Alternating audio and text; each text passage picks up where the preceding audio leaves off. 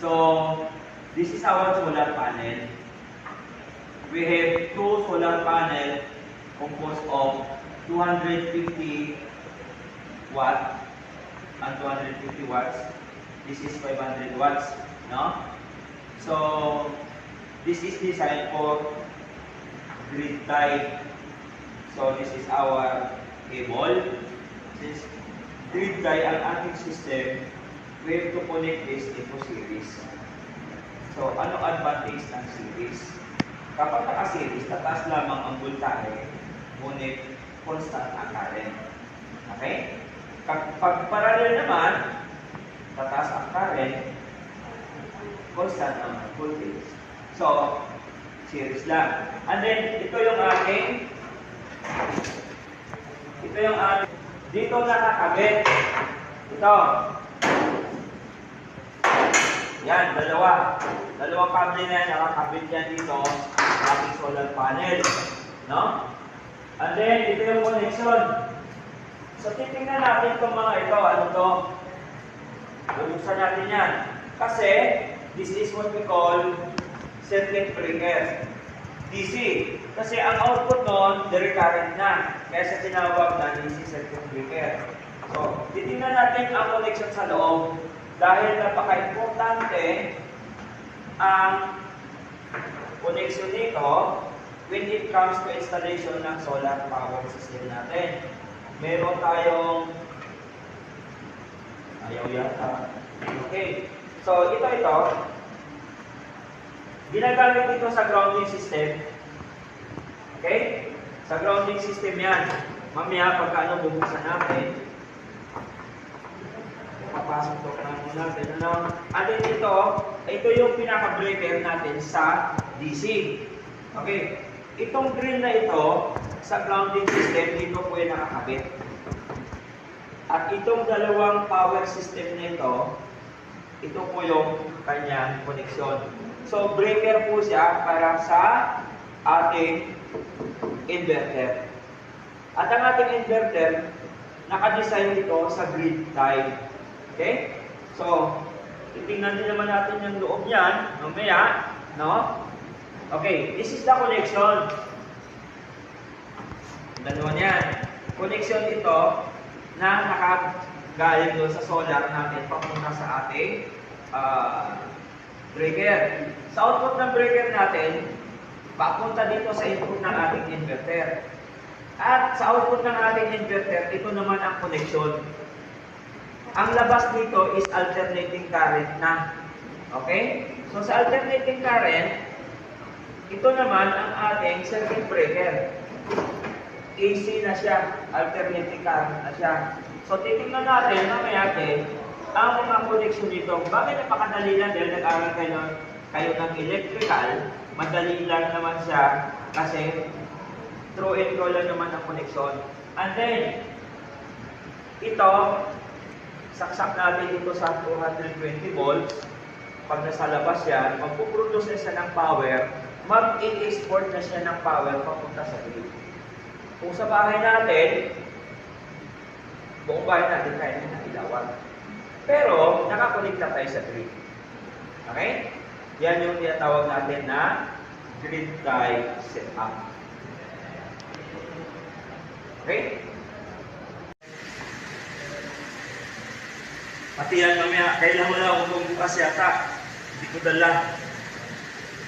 Pwede tayo umiram ng allen wrench sa baba.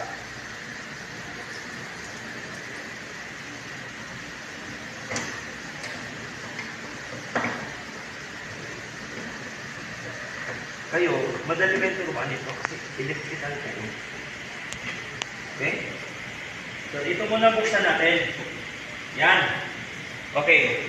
Ito siya. No?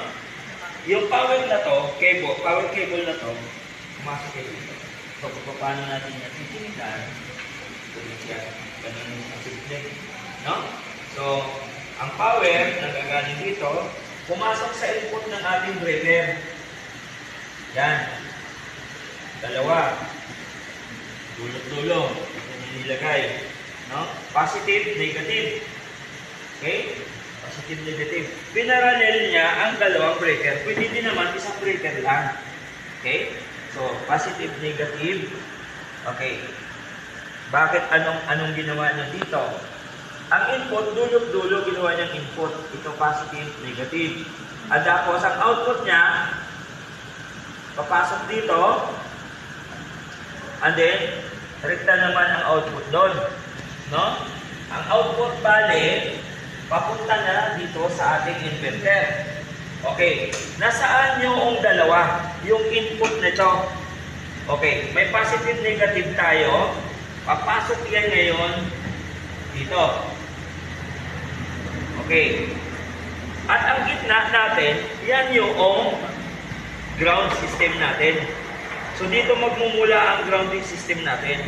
Okay, ang input natin ngayon, DC, negative, positive, negative, negative din dito, positive, positive din dito.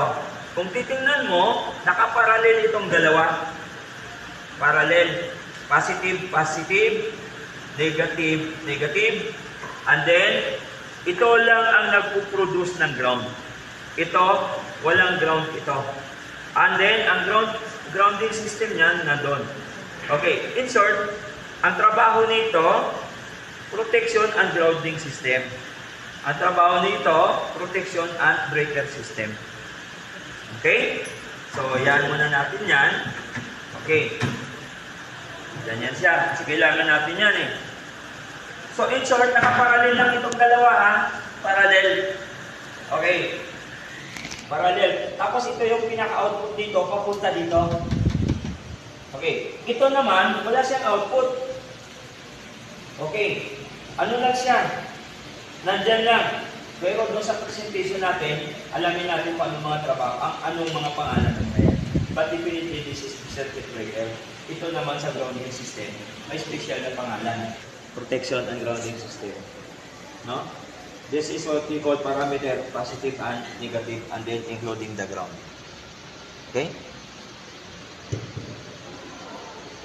This is the brake system. Parallel ang ginawa niya. No?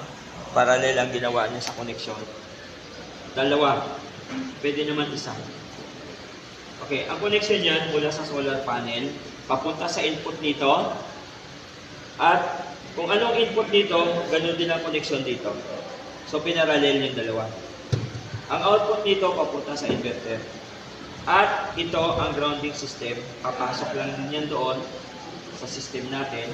At itong isang ito, galing din yan doon. Paglagay tayo ng grounding system. Okay? Pagdating naman dito, automatic, ito, ikakabit mo din sa grounding system sa linya ng it's either Meralco. Okay? At yung isang yun ay nakakonekta na sa saksakan. Kung saan ang distribution point mo sa bahay, nakakonekta siya. So in short, dapat nakakonekta ito sa metro. Metro. Ah, hindi siya naka... Okay? Okay. So yan. Ang ating... Wala. Ako, pangbukas. Okay. Ito muna. Ihirap tayo sa baba mamaya. Okay. Ito naman, ang ano lang nito, nakaparallel lang. Okay. Since alternating current ito, line 1, line 2 lang siya. Okay? So, input, output. Okay. Ang grounding system niya, nakahang. Okay. Ibig sabihin nun, pwede mo siyang idikit din papunta sa grounding system. Okay. Ito naman, ang kable na to may ground din. Naka-embed na yung ground na yan. Idudugtong mo na lang. Okay? So, yan. Sige, pre. Ano na?